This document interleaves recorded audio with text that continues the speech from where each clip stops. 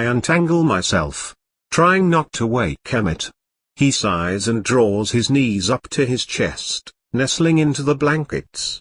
His face is buried in the pillow. All I can see is his ear and the curve of his cheek. My lips tingle with the memory of his skin, hot and slightly rough, tasting of sweat. A faint warmth runs through me, an echo of last night. I want to do it all again, over and over. I want to forget everything else, my life, my father, my wedding, my book.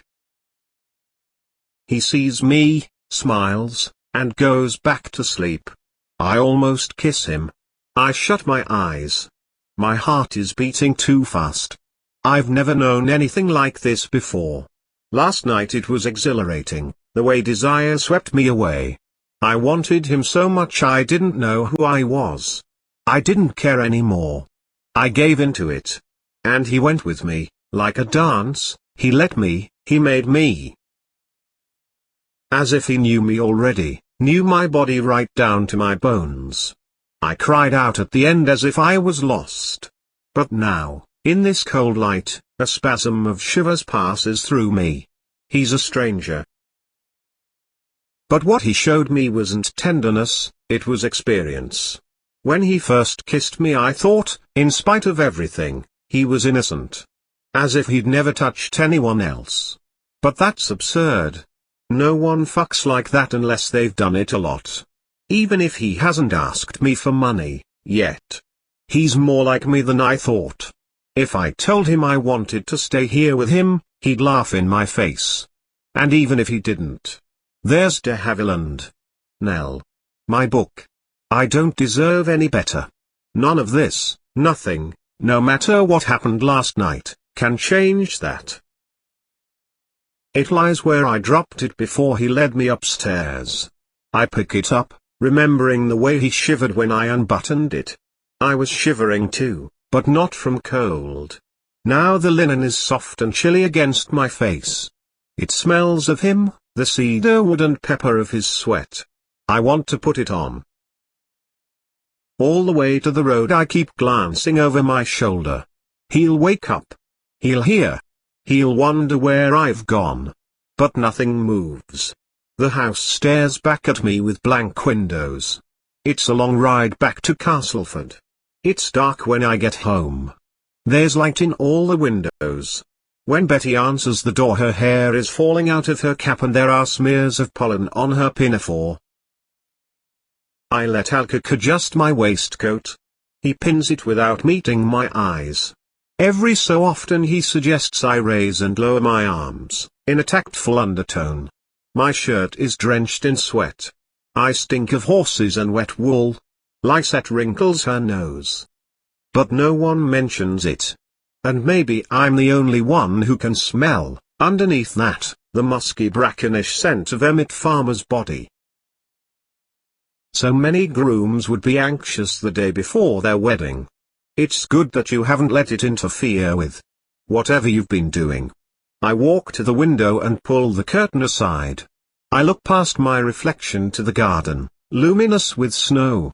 Colored lanterns border every path. Why should I be nervous, Mama? Her reflection plucks at a tasseled cushion. Now my suit finally fits, there's nothing to worry about. All I want is to lie down and sleep. Tomorrow Honor and I will sleep in the room at the back of the house that's been set aside for us. It's a nice room. I knot my tie. My flushed cheeks have faded. The face in the mirror is a study in black and white. When I slide the rose into my buttonhole it's like a blot of red ink on a charcoal drawing. People are eating now. The smells of strawberry mousse and poached salmon mingle with the scents of hot skin and candle wax. I put a few things on my plate and sit down. On my right a lady fiddles with her collapsing hairpiece and says, "Well, it may be more fashionable, but this isn't quite what I would call dinner à la Francaise." Her husband rolls his eyes discreetly. The Darnays have always been so modish. Nouveau riche dash. She catches sight of me and breaks off, a flush rising to her cheeks. "Language, James," the grey-haired woman says. but they're all laughing. Well, I'm glad to say that none of our family has ever been bound. Even if it didn't show a lack of moral backbone, this sort of thing is an excellent reason not to indulge. Come on, Harriet, that's a bit. The man makes a conciliatory gesture with his spoon and grins at the others. She may sound like a crusader, but I assure you all that 60 years ago she was far too young to lynch anyone. Just think, though, the first woman says. The secrets to Haviland must have known, you and Miss Ormond. You're like a prince in a fairy tale, choosing her even though she's not here, is she? Are the Ormonds having their own party tonight? I don't expect they can afford anything like this, can they? Yes, some grapes, please. Oh, and a spoonful of blancmange. Thank you. I smile at her. She tosses her blonde curls and turns away. My mother bears down on me. She leans close and murmurs, I'm glad you're enjoying yourself, my darling. You are quite the handsomest man in the room. You must be Pierre's son, he says. Lucian, isn't it? I'm Lord Latworthy, one of your fathers. Well, we share some interests. How do you do? How do you do? I say, and tap the letters back into a neat pile. I can see that he's not going to look embarrassed, however long I wait. Please, sit down, he says, and in spite of myself I obey him.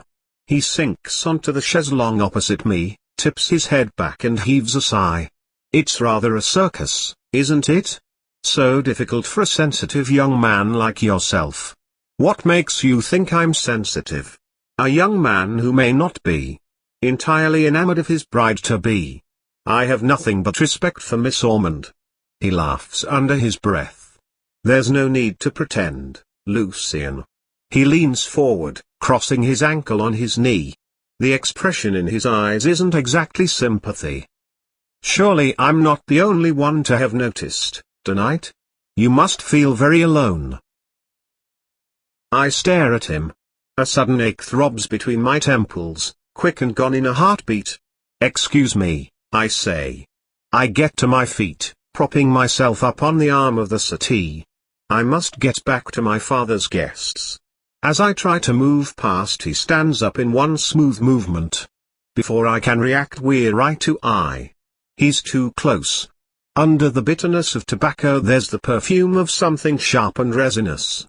Amber, wood. Lucian, he says, and his voice is soft. Wait. What do you want? He seems about to speak. Instead he reaches for my collar and loosens my tie. I can't move. It's like being back at school, in a sixth former's study, too confused to be afraid. Surely he isn't. But he tugs my tie slowly out of its knot, while the silk whispers.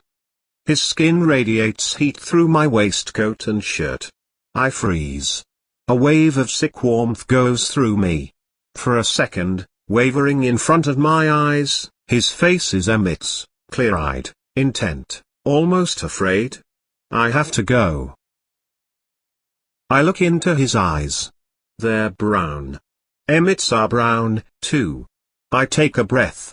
All I want is to stop existing. Or to return to that moment yesterday, when the rest of the world was blotted out. Then Latworthy clears his throat, and the dry sound breaks the spell. I pull away. He laughs. I hear him still chuckling as I stumble out into the passageway. In the hall people are saying goodbye to my mother. She looks round, sees my unbuttoned shirt and loose tie, and wipes her expression clean, the same way she would look at my father coming out of the servants' door. I shut my bedroom door and sit on the bed. The world melts into ribbons.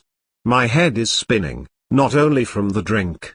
I thought for an instant, last night, that I wasn't so bad. But now I disgust myself. There are easy words for the sort of man I am, depraved, pathetic. I don't understand. How did Lord Latworthy know? But somehow he did. I must stink of it, like sweat. Like blood. And whatever I've forgotten is worse. Whatever I did, It was so bad even my father despises me for it. I wish I didn't have to stand here, waiting. 10 more minutes. My skin is itching. I want to pull off my gloves and scratch till I bleed. I'd kill for a drink. There's a hip flask in my pocket but everyone's watching me. A second later he looks back at me. He's not expecting me still to be watching him. His expression is interested. Intimate. Knowing. He's read my book. My breath checks in my throat. I don't know how I know.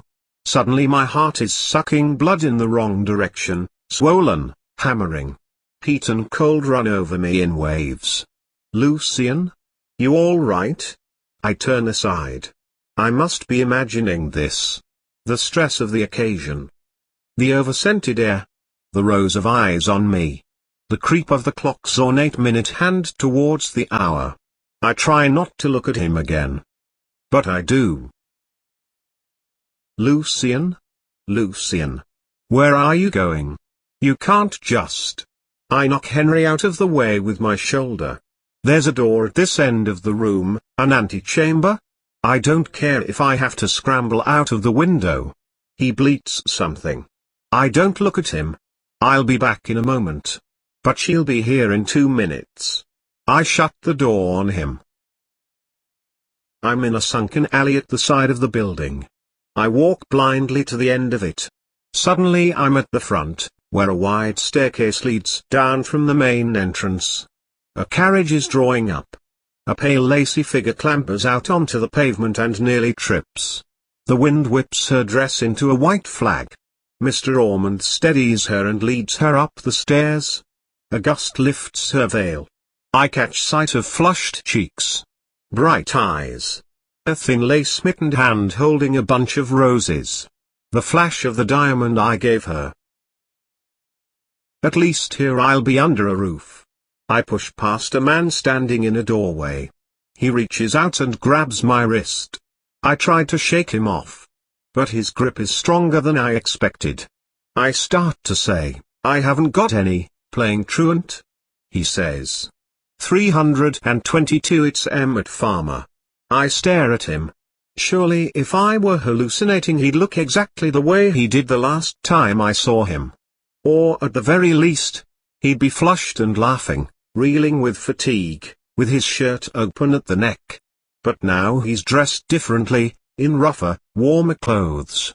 His eyes are clearer, steadier. He has a knapsack over his shoulder, and a woolen cap. He's still holding my wrist like a handcuff. I clear my throat to make sure I know my own voice. What are you doing here? It's a free country, he says, but the bravado doesn't reach his face. I wanted to see you. And her. He hesitates. Your wife. Well. I try to bite back a foolish, painful laugh. I'm afraid you might be waiting longer than you thought, for that. It's no good. I giggle once, violently, as if I'm being sick. What's going on? You should still be in there. He nods at the town hall. I ran away. Lucian. What are you doing? I can't marry her. She's a good person. She deserves better. He lets go of me and turns away. A couple of young women hurry into the arcade. One of them skids on the damp marble and the other catches her. They laugh like machines clanking. He watches them go past. So she should be grateful that you're jilting her at the altar. I saw one of them look at me. My mouth tastes sour. Metallic.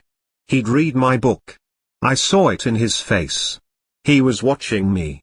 I don't want to tell Farmer about Lord Latworthy, and what happened last night. Silence. In the street a wheel axle smashes. Someone shouts. Someone else shouts back, louder. I shrug. That's it. Someone looked at you, and you walked out of your wedding. I tug uselessly at my glove. Yes. I didn't know you were so brave. To abandon honor at the altar? He tilts his head to concede the point. Someone is running down the arcade, shouting. I open my eyes. My vision breaks into a kaleidoscope of colors. I blink. It's Emmett. He drops his bag at his feet and takes hold of my shoulders. What did you say? What? When? You said someone had read your book. I tried to shake him off, but he's stronger than me. Yes. Lord Latworthy. It made me, Lord Latworthy. Lord Latworthy has read your book. Are you sure? Yes. He stares at me. He's not seeing me at all. The blood thuds through my veins. And he was there. At your wedding. He points backwards there. Right now? He smacks his forehead. I'm such an idiot. Come on, I know where he lives. It takes me a second to understand what he means. Just because he's read it, doesn't mean he has it now. I took a delivery there myself. I should have realized. He breathes out, half laughing, and catches my wrist. Stop arguing, Lucian. He starts to run. I nearly trip as he drags me after him. We don't have long. Come on,